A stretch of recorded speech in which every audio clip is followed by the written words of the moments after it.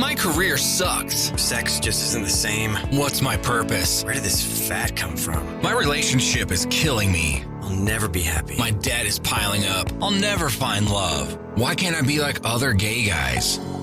Hey guys, it's time to get a grip, stop whining, make a bold move, and do something amazing with your 40-plus gay life. Let's get to the show with your Tell It Like It Is host, Rick Clemons, who does his best to never act like a dick or a diva unless you act like one first.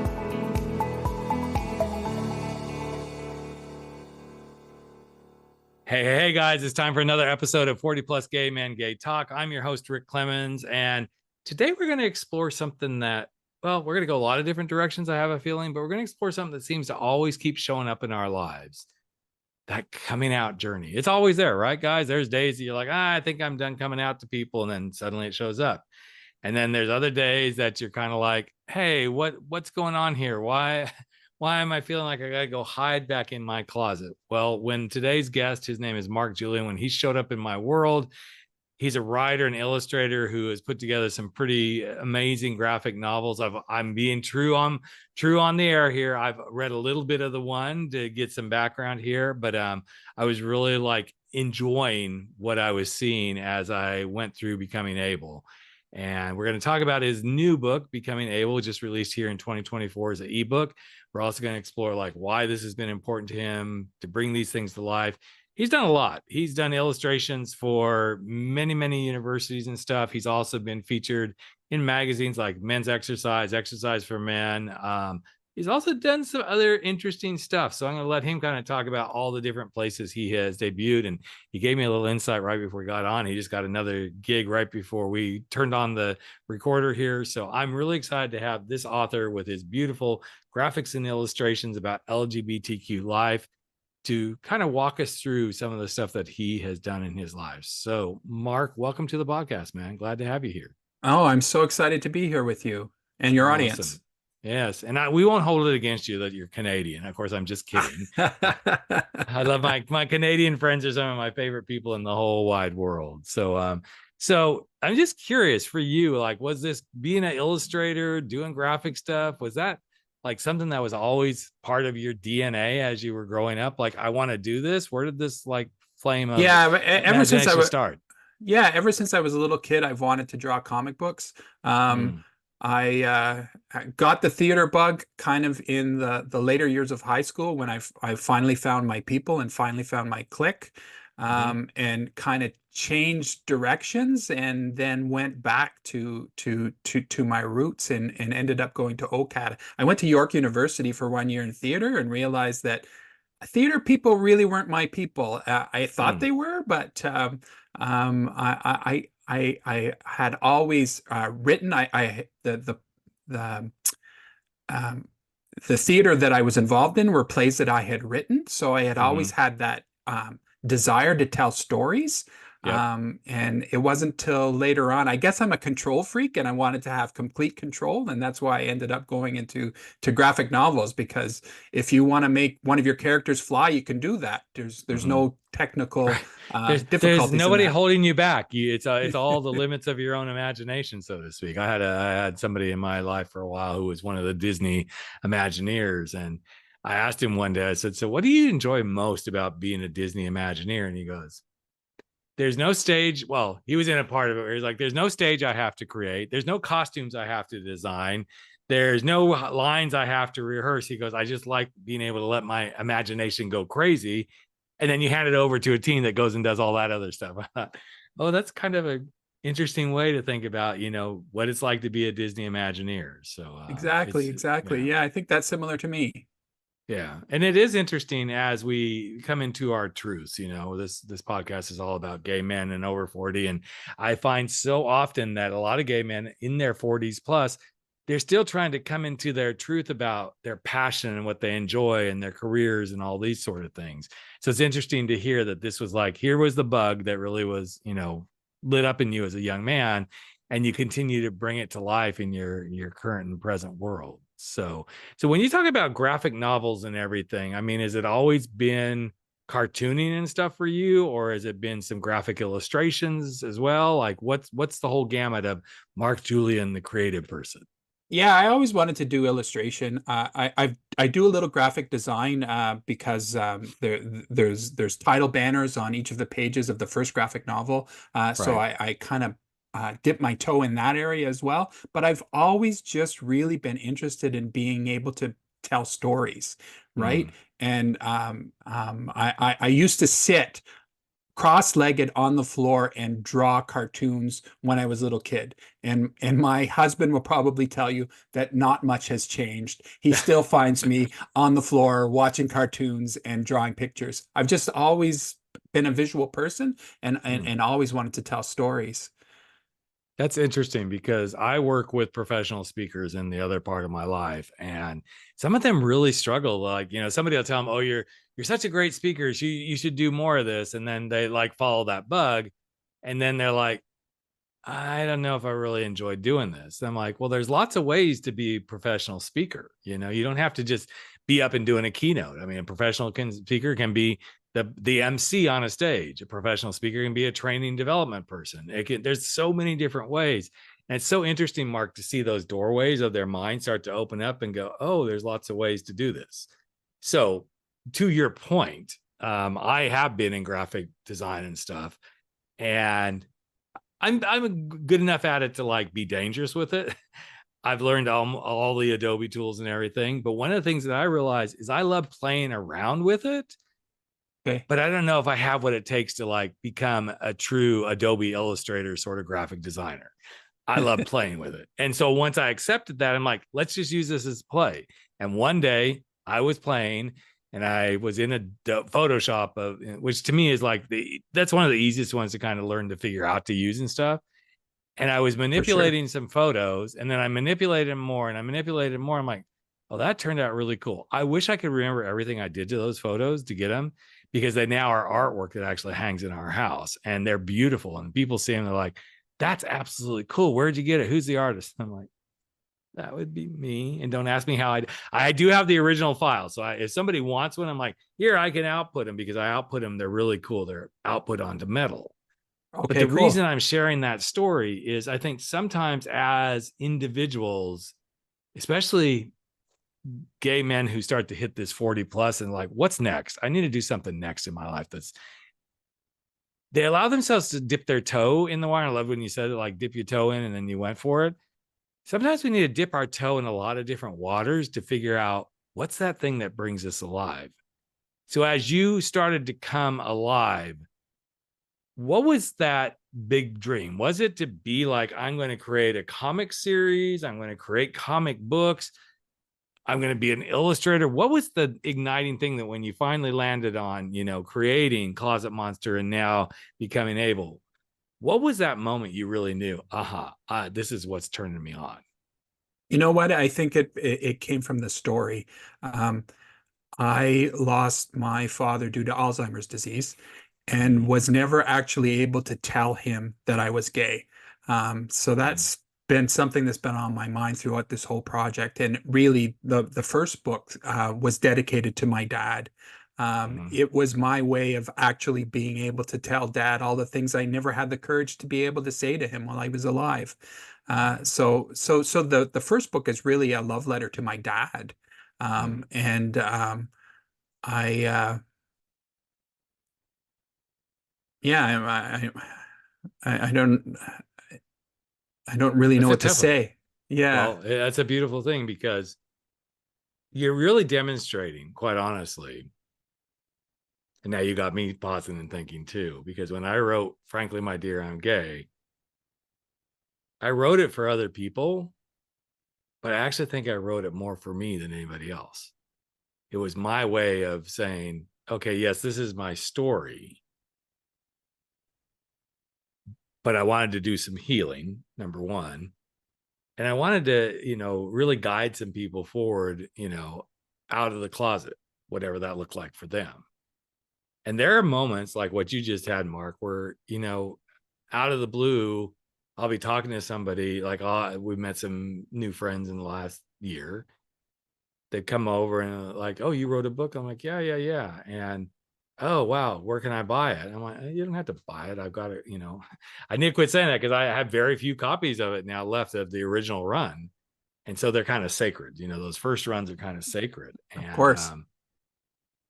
it always shakes me up a little when I get to like, wow, I'm actually handing somebody this. I get to do it. And it reminds me of why writing and having a voice was so important to me. And now it's a part of obviously this podcast is me having a voice. What's some of the joy you most get out of seeing your art come to life? Well, we've had a lot of, I keep saying we because I feel like the book was a team. It was me and Mhm. my husband Stacy. Stacy was my editor, and without him, I wouldn't have been able to do the book. But I think we got some feedback from people that were struggling in the closet, and I think that my book spoke to them, Mhm. and they in turn told me their stories, and I was able to uh, tell them more of my personal story, right? Because I think, like you, I think the impetus was to write the book for my dad, but it was really for me. It was really for Mhm. that little boy who was so afraid and so scared to tell anybody that he was gay. It's for that little boy that I think is still inside me. And I think my mom asked me one day, is it worth it? Or all the work that you put into these books. The first book was 9 years in the making. I'm not very fast. But that first book, she said to me, was it worth it? And I didn't really have an answer for that question at the time, but I think I have one now. It was so worth it, Mom, Of because course. it healed that little boy. And Mhm. every subsequent book, Becoming Abel, is all about healing that little boy and making that little boy whole again. And I I've been in therapy for years, and my therapist has told me time and time again how important it is to write your story down, because you don't Mhm. really know what your story is, or how you feel about your story until you actually Mhm. put it to words. And Right. I think these books are my way of doing that.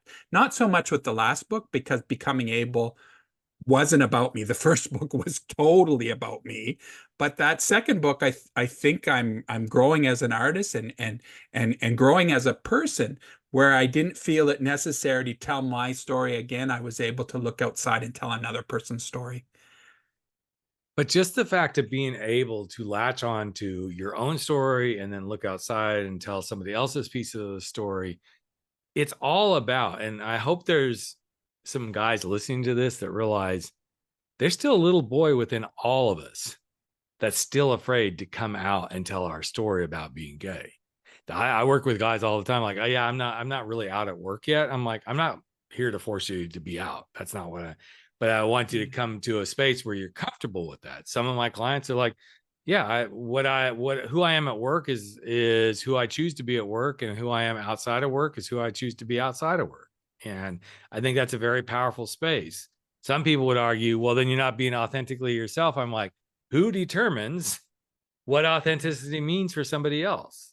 And I think that's the beauty of you bringing these books to life in a way that, whether you're a young gay person or you're a older gay person who is into illustrations and comics and everything, to just see it. Another one of my guests, he recently produced a illustrated book as well, and very, very high, like, I know where he got the artists, because there's like 14, 16 different artists that he involved in this project. And it Fantastic. tells a very simple story of being a gay man. And and Ed, forgive me if you're listening. I can't remember the name of the book, but it's something like The Gay Man. That's it. It's that simple. And it's taking people through that journey of what we are as gay men, like from the little boy that realizes and on and forth, right? I love books like yours and his, because somebody who maybe won't listen to a podcast, or somebody who won't sit down and read a book like mine, they're going to look at these illustrated books and go, yeah, that's me. That's my Mm, story. mm. And I think that's the beauty of what you do, Mark, by using the beautiful art, of being artistic and telling stories to help somebody else move through. Have you had people actually say that to you? Like, wow, this book really, truly helped me see something in myself that I needed to see or I needed to hear? I'm assuming you have. Yeah, I have, and I think the one thing that hit me the most is I had a mother come to me and say that they were buying the book for their son, that they knew their son was probably gay, but needed a push or needed some Mm, help to make the decision to tell people, right? And I think my book is perfect for that. yeah. I think it's probably at this point a good idea to tell you what the premise of the book Yeah, is. yeah, Uh, absolutely. so the book is called Just in Case in the Closet Monster, and Justin wakes up one evening to a rustling in his closet. He gets up to investigate, and he realizes there's a monster in there, and he Hmm. finds out the monster's sole purpose is to help him come out of the closet. Now, throughout the book, you realize that there's a guild of monsters, and their sole purpose is to do that, to come to every LGBTQ person when they're ready to make that journey out of the closet. Now, I don't know if you have closet monsters in your life, but I had some closet monsters. Those first people that I told Yep. were my closet monsters, and the closet monsters in my book are based on those people and the conversations that I had with them around coming out and about coming out. And I think that because it is it's almost an autobiography, right? It's therapy for me writing this book, right? And Absolutely. I think because those stories are true, still in a fantastical way, but because those stories are true, I think they do resonate with people, and they definitely resonated with this mom, and and Well, but uh it's because you put, the parts that I got through, there's a magical essence to it. Number one, the illustrations are beautiful. thank you. And number two, the simplicity. One of the things I latched onto in looking at your books was the simplicity of the message was easy to comprehend, which is different than a book like mine, where, here's the story and there's, and I feel like I'm a pretty good storyteller, and the way I write is kind of humor, more than humorous. But there's some people that's not going to resonate with. Some people, they need that visual stimulation. It's interesting for me, Mark, because when my other part of my world, my coaching, clients who are professional speakers, they're like, well, should I use slides or should I not use slides? I'm like, I don't know. Do you feel like the slides make your story come to life? Do you feel like that's the impact that's going to be for, your audience? I said, we all have to remember there are auditory learners, there are visual learners, there are people who are, they have to read to understand. So all of this is at play, especially when you're out in the world of personal development and teaching and helping people grow into what they are. Not everybody's going to respond to each of those things. What I love about yours is that they're such whimsical, interesting pieces of creativity that deals with a really difficult subject. So we have Just in Case in the Monsters, but now let's talk a little bit about the new book, your brand new one, Becoming Abel. So where is that the pickup? And I'm asking the question just so that you can answer it really well. Like, is it the pickup from the first one, or is Becoming Abel a brand new twist on everything? Well, just so you know, there is a sequel coming, a direct sequel to Just in Case in the Closet Monster, Okay, awesome. called Faith. The first one was called Hope. The second one is called Faith. But Becoming Able was actually, it was my way of actually dealing with COVID. It was a COVID baby. And there were two characters in the first book that I felt didn't get enough screen time. And so I wanted to write their love story. And I also wanted to have a trans character in one of my books, because I kept saying in interviews, like I am having an interview with you, that when every LGBTQ person needs help out of the closet, a closet monster will come and help them. And I realized I was lying. I had no trans people in my books. So I was the artist in residence at an LGBT youth camp in Peterborough, Ontario. And they had me there to talk about the first book. And so I talked about the first book, and I met all the campers, and there were so many more trans and non-binary campers than I was anticipating. So when I gave my keynote speech or my speech, I realized that my book wasn't going to reach them. And I made up my mind after that moment that I would take on this challenge to write a trans character. And luckily, my husband Stacy worked for the 519, which is an LGBT community center, and he had two wonderful, a wonderful trans colleague and a wonderful non-binary colleague that agreed to read the first draft of my book, which was amazing for me, because the first book, it was just me. It was my story. So I didn't have to get permission. I didn't have to seek any guidance, right? Because I could do what I wanted with my story. But these colleagues of Stacy's were amazing. I couldn't believe that they were willing to share and school me, because I wrote the first draft. I think it took me a year and a half. And then I went back to the drawing board and spent another 3 years with their notes trying to meet their expectations, right? Wow. And thankfully they said yes when I went back to them and asked them to read the book, because I'm not sure if I would have been able to continue. I didn't know how else to change it, right?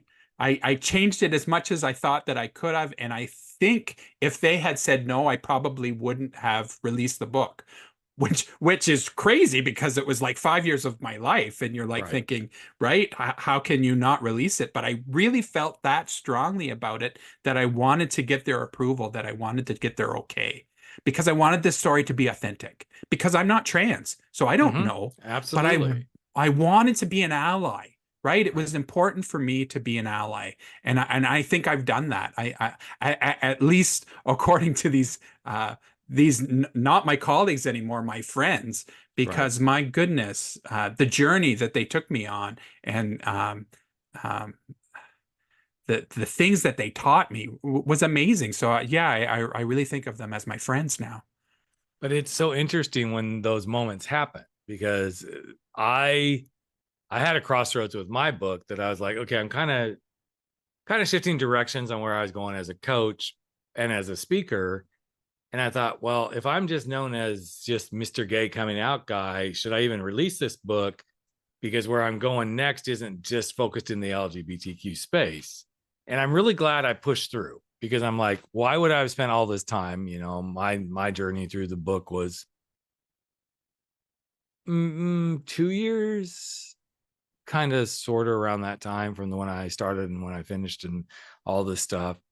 And I thought, well, of course I should release this. It's just not now. Here I sit. So to your point, the longer one, this newest book of mine, we're going on. So when COVID began 2020. Yeah. So we're 4 years and that book still hasn't hit the shelf yet. But I'm okay with that, because it's been written, but now I'm rewriting it for a very specific reason. And I'm like, when it's meant to be out there, it will be out there. And for all of you guys listening, I know some of you are like, oh, I got to get to my passion. I got to get to my purpose. I need to find this thing that really lights me up. I've been doing this part of my world since, I'm going to just say, basically 2009. And every bit of what I get to do, podcasts, coaching, writing, all that sort of stuff. I used to write. I've did some articles for Out Magazine like you. I've done, stuff with Huffington Post, all these different outlets. And what I realized was all of that was getting me to this space where I could really hold space now for this book to, like, I don't have to rush it out there. Yeah, it'd be great to have a book out there and have it maybe hit some really good #1 spots and all that. But every passion we pursue is meant to happen when that passion is meant to be pursued. And I think you're demonstrating that in a really beautiful way, Mark. Like, this was 5 years, this one was 9. Whatever the amount of time it is that's taking you to do this is exactly the right amount of time for you to still be able to be living in your passion. Does that resonate for you? Yeah, for sure. And no, your followers should also know that yeah, that was not the only thing that I was doing, right? Well, right. There were other things that were going on, right? And it Yeah. seems like, Yeah. oh my I think God, Mark and I would love to challenge all of you to like, okay, we want you to go write a book, whether it's an illustrated book or another book. And we want you to work that in to your life in the next 6 months. Actually, no, let's do it in 90 days. Let's see how far you get. This is not easy stuff to do. You know, no. it's such an interesting piece. Doing a podcast, that's kind of a piece of cake. I mean, I can do these and like, poof, we got to record it and we're done. But so the sequel is going to pick up, and I don't want you to give it all away, but you know, what is the driver for the sequel? Like, you know, what would you like to see happen?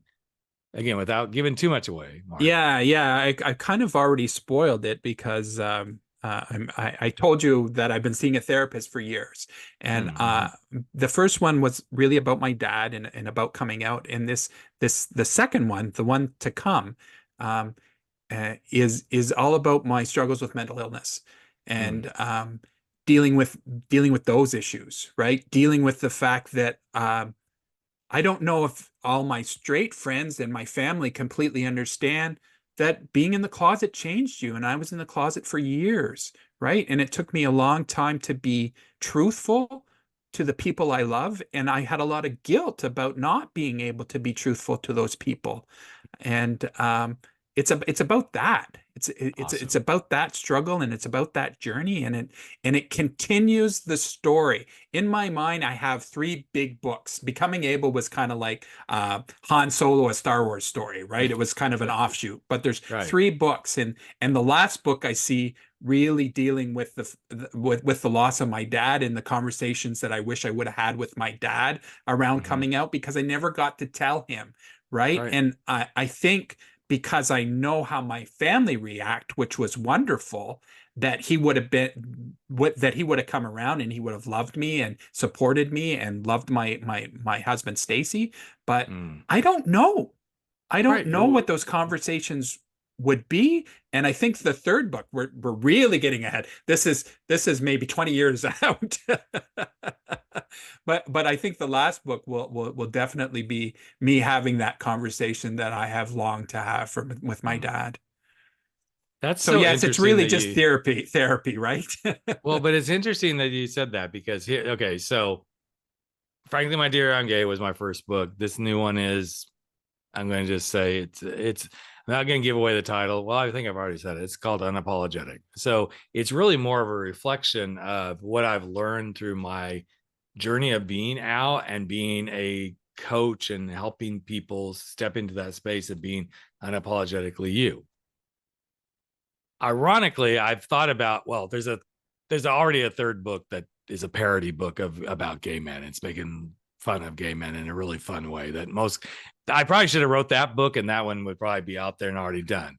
But I actually had this idea about a week ago.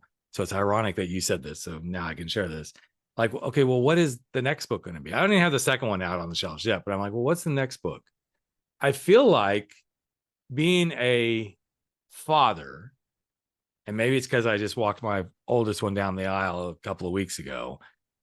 I almost feel like that. Yeah, I mean, it was such a beautiful moment for me and my husband to get to walk her down the aisle together, and you know, all these things.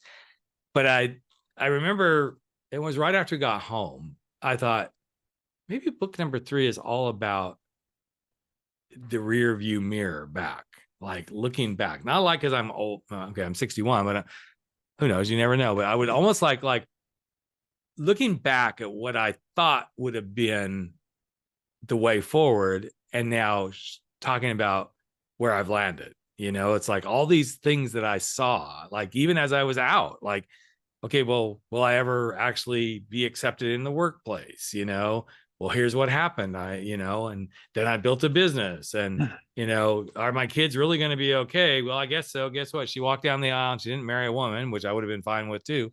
She married a really wonderful guy, you know, this. So I've already started like, how do you embrace the rear view mirror? In fact, that's kind of what I'm thinking it's going to be called, embracing the rear view mirror. I like that. Coming to terms, like with, and maybe you're embracing the rear view mirror of what you haven't got done yet, but you embrace that. You're not going to get everything done. just the way it is in life. All the things, I'm never gonna dance on Radio City Music Hall stage like I thought I was. I'm kind of a theater kid like you. I was pretty good at one point, but when I realized I didn't want to be a dancer, I enjoyed it. I was somewhat good at it, but I'm like, I don't have what it takes to like, this is my life, And so I think, Right. embracing the rearview mirror, I think, is a pretty interesting way to start to think about all these things. So what are you most happy about from giving yourself full permission to do these books? You know what? The thing that I'm most happy with is we did a Kickstarter campaign in order to launch the first book. And in Mhm. order for me to have an audience that was going to support publishing that book, I decided to do blogs. And I think for the longest time, I think my mom thought my blogs were my book. Oh, And because what I did is I wrote I did exactly what your new book is talking about. I looked back in the rearview mirror and I talked about what it was like to come out to each of my siblings. I did a blog post for each of them. I did a blog post about the the girls that I hurt when I was in the closet and trying to find a girl that would connect with me. I wrote a right. blog to them, right? I think the thing that I'm most proud of, and probably most people will never read them, the blogs are on my website at markjulienillustration.com. But I think the thing that I'm most proud of is that those blogs brought me closer to my family because Mm, my mom has a huge extended family and she didn't have a computer. So we printed them out so that she could read them. And she sent that um, stapled version of my blogs to every member of my extended family, to every member wow. of my family. And they all got to know who I was, right? Because, Mhm. like I said, you don't know who you are until you actually sit down and write it down. You don't know Yep. how you feel about yourself and those watershed moments in your life. And Right. so the thing I'm most proud of doesn't actually have anything to do with the book. It was a selfish exercise to get people to know me, but it was such a wonderful gift I gave to myself to write those blogs. Well, what you did, I mean, you just said you gave yourself a gift, but what you did is you freed yourself up to let people see the real you. And that's such a big thing as gay men. I mean, as anybody in the LGBTQ plus community, but you know, when we free ourselves up to expose ourselves to our truth and share that truth with others, it's one of the most freeing moments. It's scary as shit. I don't think any of us are going to say, oh, no, I wasn't Yeah. scared at all. Right. I mean, okay, some people say that. I'm like, yeah, but that first or second person you had to have told, you had to kind of be shaking in your boots. Right. And I think the beauty of what you just shared is that freedom to, here, I'm giving you myself. I am handing you myself in a very interesting, creative manner so that you can learn more about me. Well, and one of the interesting things that I found is going back and reading those blogs, Mm-hmm. my my understanding of truth changed because I Yeah. think the first time I wrote them, it was my truth. But now that I look back and read them again, there are some things that aren't necessarily as true as I thought they were, Mm-hmm. right? Like I was bullied relentlessly when I was in high school, but I had to come to terms through therapy and through talking to my therapist that there were things that I did to other people that weren't necessarily very nice, right? Mm, When I was deep, deep, deep in the closet, I was homophobic, right? mm, mm-hmm. And Oh, yeah. I did some things to people that I'm sure would be in their blogs, Yep. right? Yep. So I had to be able to forgive myself, right? Mhm. And realize my truth as a victim Right. wasn't really true, Right. right? Like I was a victim, of course, Of right? course. We've all had those experiences, but um that wasn't the whole story, right? Right.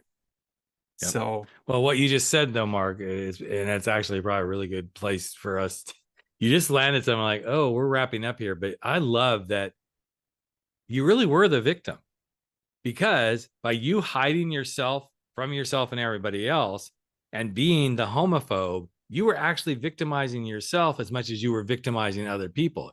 You were saying to yourself, you're no good. And here's how I'm going to make you feel no good. I'm going to be that homophobe that, I remember those days too. Like I would do anything. I wasn't ever Mr. like masculinity. I played a little bit of football and stuff, but I wasn't Mr. Sportshead for sure. That was not who I was. But there were times I'm like, okay, I got to go do this because I got, like if I don't, then everybody's going to know I'm this little pussy. Right.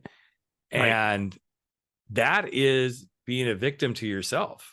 It's that victimizing yourself in such an interesting way. So one last question I would love to ask before we move on. As you've stepped into your own aging and, moving forward, how has this creative endeavor help you be in the essence of who you are as an aging gay man? I know that's a big question to drop. That's a big question. And I think I'm probably more comfortable in my skin than I've ever been. I still take medication for depression, but I have never been this stable and this happy. I'm doing what I should be doing. I think people talk about, I grew up Roman Catholic, and there was always this, are you on your path? Yeah. Right. And I think I'm on my path. I think this universe that I'm creating, because I really am creating a universe, right, is what I'm supposed to do. And it feels so wonderful and it may take me another 5 or 6 years to release the second book, right? But I'm happy in the process, right? And I don't think I don't think I was during the first book, right? Because every day I would check my page count. Is there enough pages for me to be able to release this, right?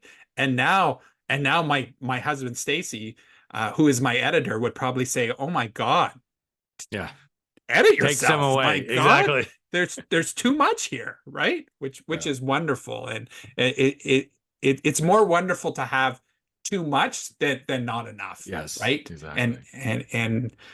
And I think my relationship with truth is different, and I love that. I love what I just shared with you about truth, and I think that is going to keep evolving.